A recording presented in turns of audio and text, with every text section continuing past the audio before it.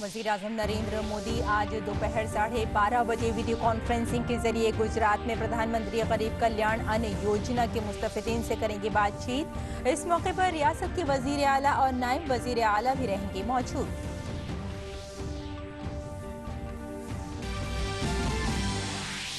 Parliament के मानसूनी इजलास में कल अपोजिशन के हंगामे के सबब कई बार पड़ा खलल। वहीं आज लोकसभा में वज़ीर दिफा राजनाथ सिंह लाज़मी दिफाई खदमात बिल 2021 करेंगे पेश।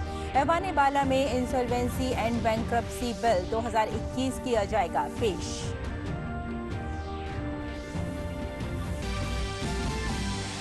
भारत में कोरोना टीकाकारी कामयाबी से जारी। मुल्क में अब तक 47 करोड़ 78 लाख से ज्यादा कोविड मुखालिफ लगाए गए टीके। कल शाम 7 बजे तक 53.5 लाख से ज्यादा लोगों को दी गई वैक्सीन। वहीं महाराष्ट्र में कोविड पाबंदियों में दी गई ढील।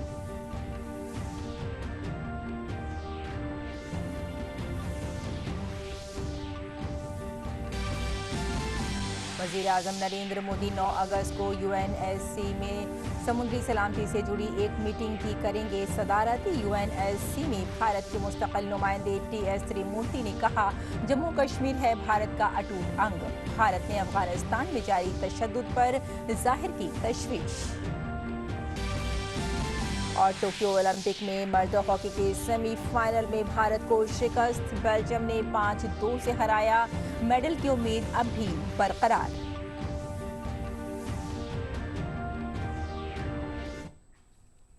आदाब नाज़रीन, खबरनामे में आपका इस्तकबाल है। मैं हूं आपके साथ रेशमा फारूकी। आइए तफसील से अब खबरों पर नजर डालते हैं। वज़ीर आज़म नरेंद्र मोदी आज गुजरात में वीडियो कॉन्फ्रेंसिंग के जरिए प्रधानमंत्री गरीब कल्याण अन्न योजना के मुस्तफिदीन से बातचीत करेंगे। इस मंसूबे के ताल्लुक से बेदारी लाने के लिए रियासत में अवामी शिराकतदारी प्रोग्राम शुरू किए जा रहे हैं।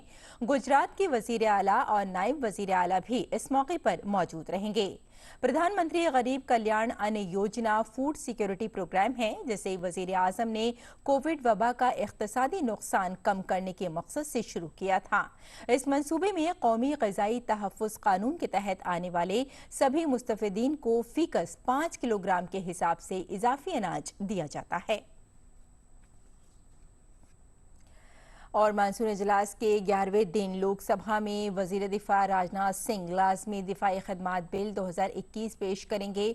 दोनों ऐवानों से मंजूर होने के बाद ये बिल जून 2021 में लाए गए दिफाई खदमात ऑर्डिनेंस की जगह लेगा। ये कानून दिफाई खदमात में शामिल मुलाजमीन की हड़ताल करने और किसी भी तरह के एहतजाज पर रोक लगाता है। इसके अलावा ट्रिब्यूनल इस्लाहात बिल को ऐवान में बहस और मंजूरी के लिए रखा जाएगा। लोकसभा में कानून 193 के तहत कोविड-19 और इसके मुख्तलिफ पहलुओं पर बहस की जाएगी। दूसरी जानिब राज्यसभा में इंसॉल्वेंसी एंड बैंक्रप्सी तरमीमी बिल 2021 पेश किया जाएगा। ये बिल लोकसभा में पहले ही मंजूर हो चुका है। इसके अलावा राज्यसभा में 2 एप्रोप्रिएशन बिल पर भी गौर किया जाएगा। कोरोना के खिलाफ टीकाकारी मुहिम में भारत तेजी से आगे बढ़ रहा है। सेहत और खानदानी बहबूद की मरकजी वजारत के मुताबिक मुल्क की टीकाकारी मुहिम के तहत अब तक 47 करोड़ 78 लाख से ज्यादा कोविड टीके लगाए गए हैं। टीकाकारी मुहिम के तहत 18 से 44 बरस के ग्रुप के लोगों को अब तक 16 करोड़ 92 लाख से ज्यादा खुराक दी गई हैं। टीकाकारी मुहिम के 199 दिन शाम 7 बजे तक 53 लाख 67 हजार से ज्यादा कोविड टीके लगाए गए। दूसरी जानिब 18 से 44 बरस के जुमरे के 27 लाख 76 हजार से ज्यादा मुस्तफिदीन ने पीर को कोविड-19 वैक्सीन की पहली खुराक ली। और आसाम में कोविड-19 के मामलों की तादाद में आई कमी के बाद रियासती हुकूमत ने पूरी रियासत से 24 घंटे का कर्फ्यू हटा लिया है। आसाम रियासती कुदरती आफात मैनेजमेंट अथॉरिटी ने शहरी और देही इलाकों के लिए रहनुमा हिदायत जारी की हैं, जो आज सुबह 5 बजे से नाफिज हो गई हैं और आइंदा हुक्म तक जारी रहेंगी। लखीमपुर और गोलाघाट अजलाह में दोपहर 2 बजे से सुबह 5 बजे तक जुज़वी कर्फ्यू जारी रहेगा और बाकी अजलाह में शाम 5 बजे से सुबह 5 बजे तक कर्फ्यू रहेगा। हालांकि इन अजला के दरमियान आमद रफ्त में कोई छूट नहीं दी गई है।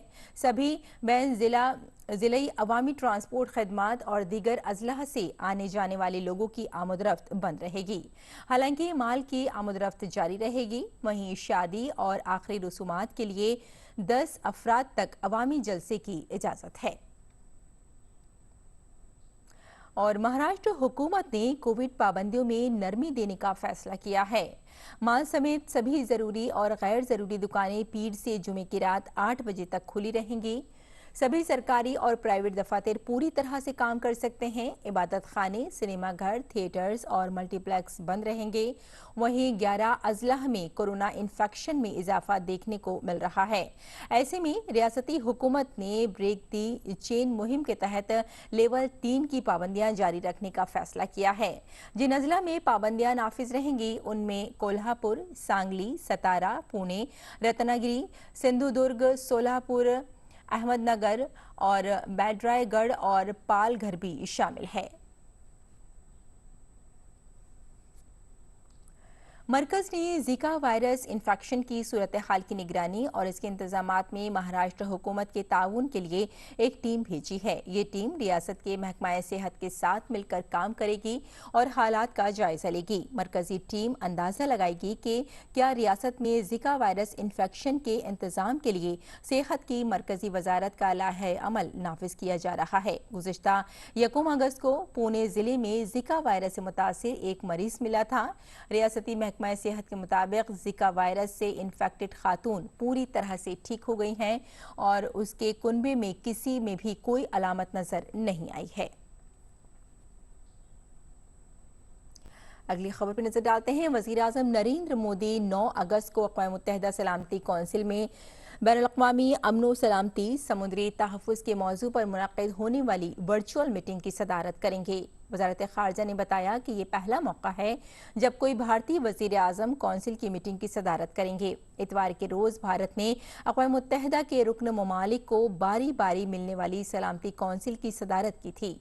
कौंसिल की सदारत के दौरान भारत समुद्री सलामती के अलावा अमन की बहाली और दहशतगर्दी से निमटने पर तवज्जो मरकूज रखेगा। इससे कबल भारत जून 1950, सितंबर 1967, दिसंबर 1972, अक्टूबर 1977, फरवरी 1985, अक्टूबर 1991, दिसंबर 1992, अगस्त 2011 और नवंबर 2012 में कौंसिल का सदर रह चुका है। सलामती कौंसिल का हर रुकन मुल्क 1 महीने के लिए कौंसिल की सदारत संभालता है। भारतीय रेलवे ने इस साल जुलाई में अब तक सबसे ज्यादा माल पहुंचाने का काम किया है। रेलवे की बेहतरीन कारकर्दगी सितंबर 2020 के बाद गुज़िश्ता 11 महीने से जारी है। भारतीय रेल ने इस महीने 17.54 मिलियन टन के इजाफे के साथ अभी तक का सबसे ज्यादा 112.72 मिलियन टन माल पहुंचाया, जबकि इससे पहले जुलाई 2019 में 99.74 मिलियन टन के साथ रेलवे की सबसे अच्छी कारकर्दगी रही थी। दूसरी जानिब जुलाई 2020 में रेलवे ने 95.18 मिलियन टन माल पहुंचाया था। गुज़िश्ता माली साल में जुलाई 2020 तक के 336.74 मिलियन टन के मुकाबले रमा माली साल इसी मुद्दत में 451.97 मिलियन टन माल बर्दारी के साथ भारतीय रेल ने गुज़िश्ता बरस इसी मुद्दत में सबसे ज्यादा 115.23 मिलियन टन यानी 34.22% का इजाफा भी हासिल किया है।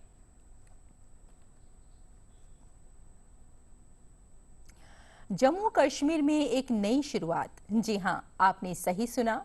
70 साल के बाद जम्मू कश्मीर की ग्रॉस रूट डेमोक्रेसी ने ग्राम स्वराज की तस्वुर को हकीकत में बदला है। आर्टिकल 370 हटाए जाने के बाद आइए देखते हैं कि कश्मीर के एक गांव की तस्वीर की यहां कैसे तब्दीली आ रही है।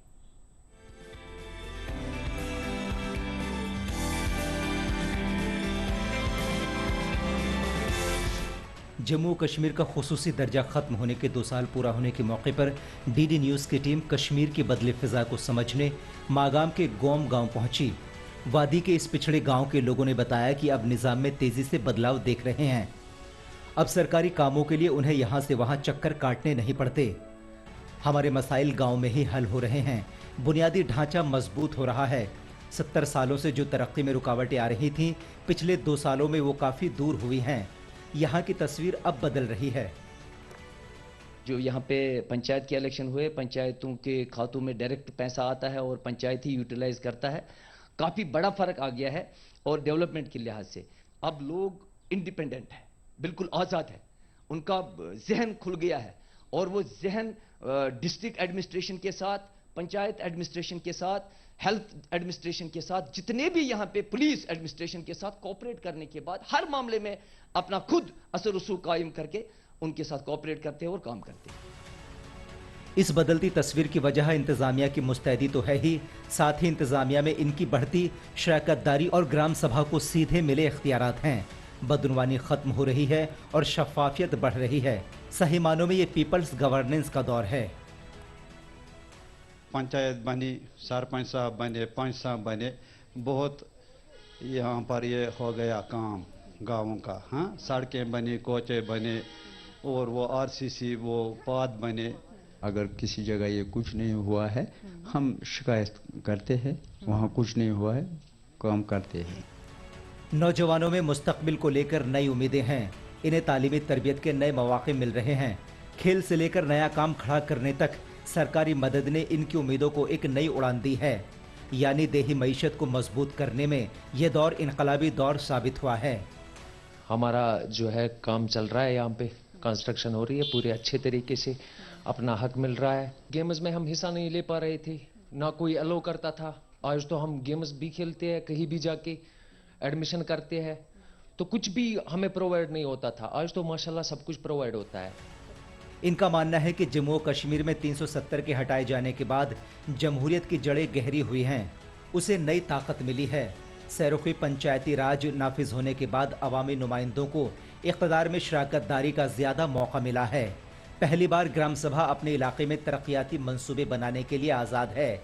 ब्लॉक कमेटी और ज़िला कौंसिल के पास तरक्की के लिए अपना बजट है।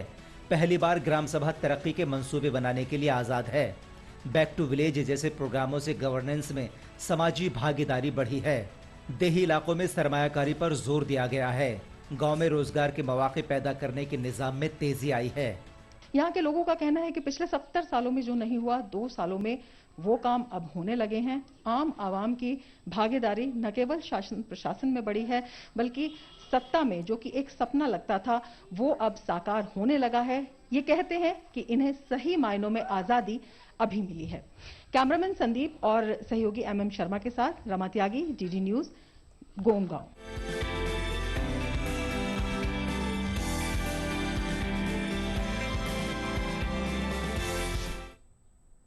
70 साल बाद ग्राम सभा जम्मू कश्मीर में तरक्की की नई इबारत लिख रही है। जम्मू कश्मीर को तरक्की की राह पर लाने और ज़मीनी इदारों को मजबूत करने के लिए सरकार ने पंचायत और बल्दिया के इंतखाबात कराए। अब इसके नताइज सामने आने लगे हैं। अवामी नुमाइंदों को तमाम मरकजी कवानीन के तहत सड़क, बिजली, पानी और बुनियादी ज़रूरियात को पूरा करने के लिए बाइख्तियार बनाया जा रहा है। यह है तब्दीली की कहानी। देखिए ये खास रिपोर्ट। गांव के मंसूबों का खाका ग्राम सभा तय करे और मंसूबों का फायदा आम आदमी तक पहुंचे। जम्मू कश्मीर में अब ये सिर्फ कहावत नहीं है। तरक्की की लहर को आगे बढ़ाने और ज़मीनी सतह पर जमहूरियत को मजबूत करने के लिए जो मुकामी नुमाइंदे चुने गए, अब वो अवाम की उम्मीदों पर खरे उतर रहे हैं। अवाम की तवक्कुआत से जुड़े मसाइल के लिए अब लोगों को दर बदर भटकने की ज़रूरत नहीं पड़ रही है।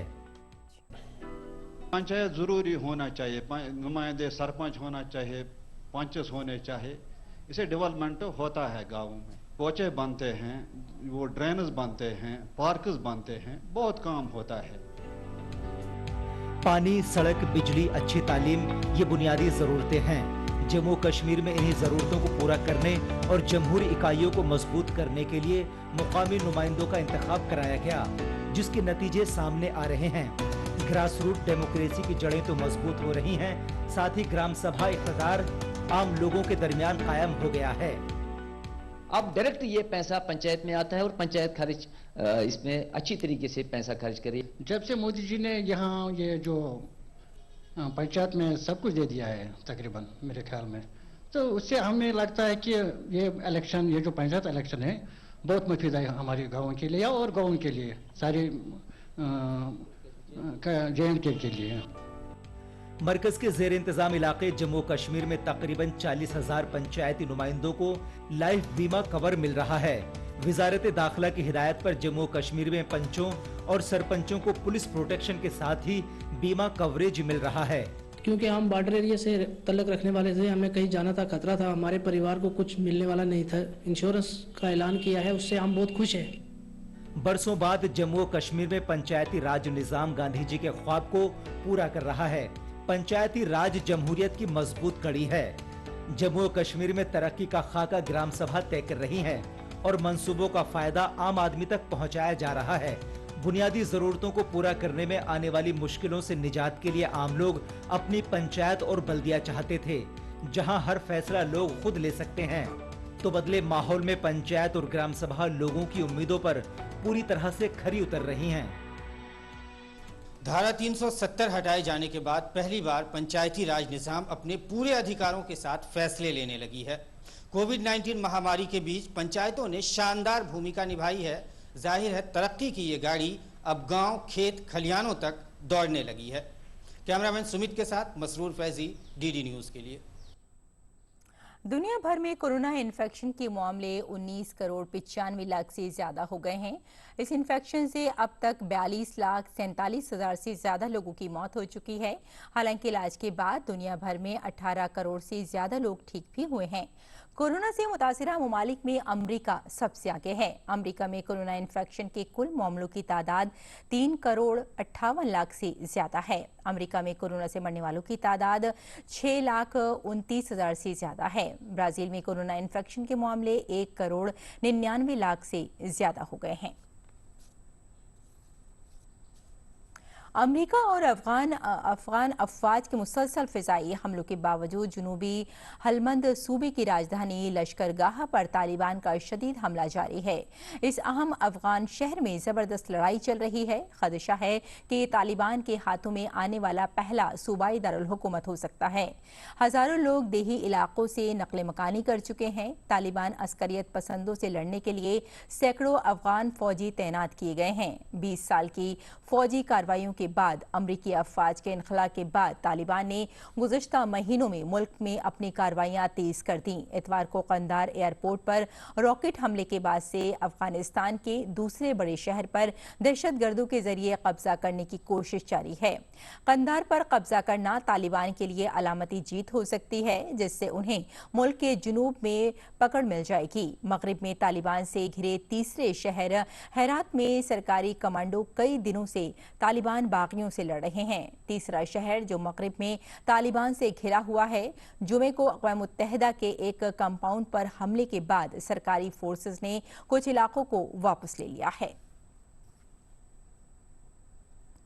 और इसी दौरान अमरीकी वजारत खारजा के तर्जुमान नेड प्राइस ने कहा कि अफगानिस्तान में तशद्दुद की इश्तियाल अंगेज और जालिमाना कार्रवाइयों के लिए तालिबान जिम्मेदार है। उन्होंने कहा कि दुनिया अफगानिस्तान में ऐसी हुकूमत को कबूल नहीं करेगी जो बुनियादी तौर पर इंसानी हुकूक का एहतराम न करती हो।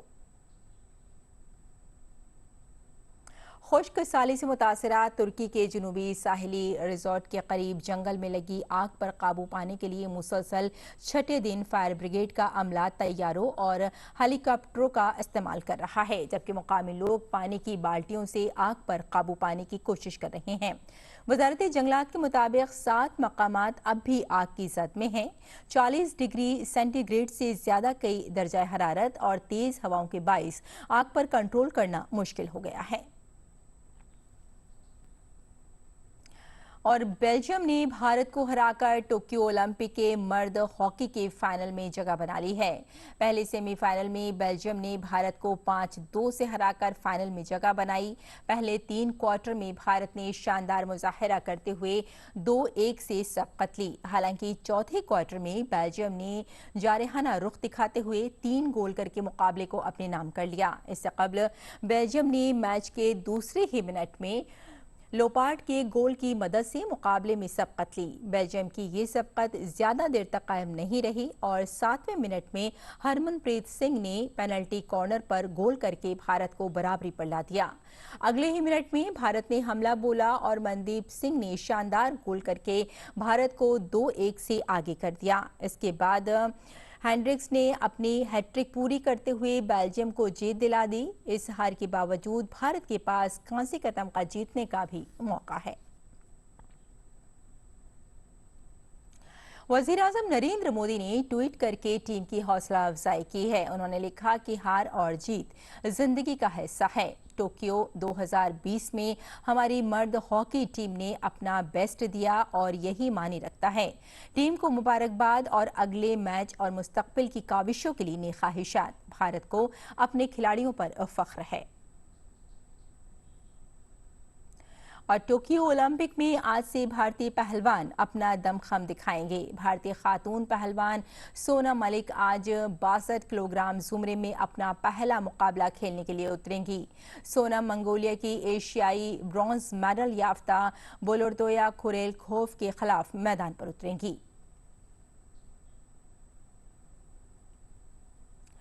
रानी रामपाल की क़यादत में भारतीय ख़वातीन हॉकी टीम सेमीफाइनल में पहुंची है। उनके वालिद इस कामयाबी पर खुश हैं। 26 साल की रानी ओलंपिक्स में तमगा जीतने के अपने ख्वाब से सिर्फ एक कदम दूर हैं। जी जैसा बेटी ने इतिहास रचा है, सबकी बेटियां रची हैं ऐसा इतिहास। हमें तो बहुत खुशी है इस चीज़ की, जिसने अपना भी नाम रोशन किया और सारी इंडिया की नाम रोशन किया उसने। तो सबकी बेटियां ऐसे करें।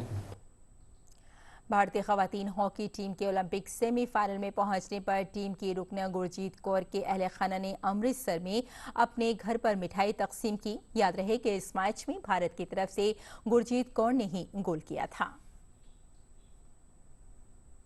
बहुत ज़्यादा खुशी हो रही है सबको और खुशी की बात भी है कि पंजाब की इकलौती है गुरजीत दीदी और वो उन्होंने पेनल्टी कॉर्नर में इंडिया को सेमीफाइनल में पहुंचाया, इंडिया वुमेन्स टीम को।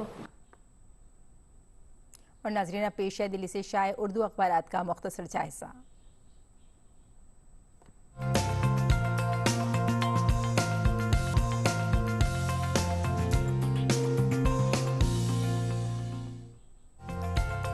तो आइए नाज़रीन सबसे पहले नजर डाल लेते हैं रोजनामा राष्ट्रीय सहारा पर। राष्ट्रीय सहारा की जो पहली सुर्खी है वो है बगैर किसी रुकावट को मिलेगा स्कीमों का फायदा। वजीर आजम नरेंद्र मोदी ने ई रूपी वाउचर कल लॉन्च किया है और हम आपको यहाँ बताते चलें कि वजीर आजम ने कल इसको लॉन्च किया है। और वजीर आजम नरेंद्र मोदी ने कल वीडियो कॉन्फ्रेंसिंग के जरिए डिजिटल पेमेंट अदायगी प्लेटफॉर्म ई रूपी को कल लॉन्च किया है। ये खबर हमने ली थी राष्ट्रीय सहारा से। और राष्ट्रीय सहारा की एक और खबर पर अगर नजर डालें तो हिंदुस्तानी खातून हॉकी टीम पहली मर्तबा सेमीफाइनल में पहुंच गई है। और इसके अलावा एक और खबर है राष्ट्रीय सहारा के आलमी सफ़े पर। सऊदी अरब से ये खबर है कि वैक्सीन न लगवाने वालों को अवामी मकामात पर जाने पर रोक लगा दी गई है और कोरोना ज़ाब्तों की खिलाफ वर्जी करने वाली फ़िज़ाई कंपनियों और मुसाफिरों पर भारी जुर्माने का ऐलान किया गया है। और इसके अलावा अगर हम रोजनामा हिंदुस्तान एक्सप्रेस पर नजर डालें तो हिंदुस्तान एक्सप्रेस की जो सुर्खी है वो है कि उत्तर प्रदेश के 11 अजला कोरोना से पाक हो गए हैं। रियासत में 24 घंटों के दौरान 25 नए मरीजों की तशखीस जरूर हुई है, लेकिन 3 दिनों से कोई भी जान नहीं गई है।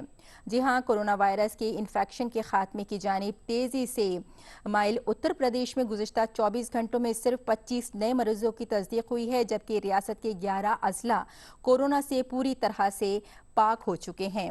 और इसके अलावा हिंदुस्तान एक्सप्रेस की ही एक और खबर पर अगर नजर डालें तो यह है कि यूपी में 15 अगस्त से स्कूल खुल सकते हैं। जी हां, कोरोना वायरस के इन्फेक्शन को कंट्रोल में होना देखकर उत्तर प्रदेश के वजीर आला योगी आदित्यनाथ ने सेकेंडरी एजुकेशन स्कूलों को 15 अगस्त से दोबारा खोलने का फैसला किया है। और हिंदुस्तान एक्सप्रेस की ही एक और खबर है कि शुमाल मशरक़ी रियासतों में मानसून पूरी पूरी तरह से सरगर्म हो चुका है। और नाज़रीन, आइए अब नज़र डाल लेते हैं रोज़नामा इनकलाब पर।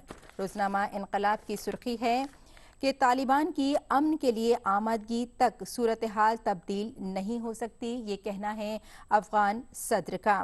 उन्होंने कहा है कि अशरफ गनी ने तालिबान से धमकी आमेज़ लहजे में ये कहा है कि हमने अपनी तरजीहात तय कर ली हैं, तालिबान और उनके हामी भी तय कर लेंगे। हम या तो मुज़ाकरात की मेज़ पर बैठेंगे या उनके घंटे मैदान जंग में हम तोड़ देंगे। तो ये कहना है अफगान सदर का। और एक और ख़बर पर अगर नज़र डालें तो ये है कि नाइजीर में फ़ौजी काफ़िले पर हमला हुआ है, 15 अहलकार हलाक हो गए हैं, 7 ज़ख्मी हैं और 2 लापता भी हैं। तो नाज़रीन, ये था रोज़नामा इनकलाब। और इसके साथ ही हम आपको यहाँ ये बता दें कि मौसम का मिजाज क्या है, आइए देख लेते हैं।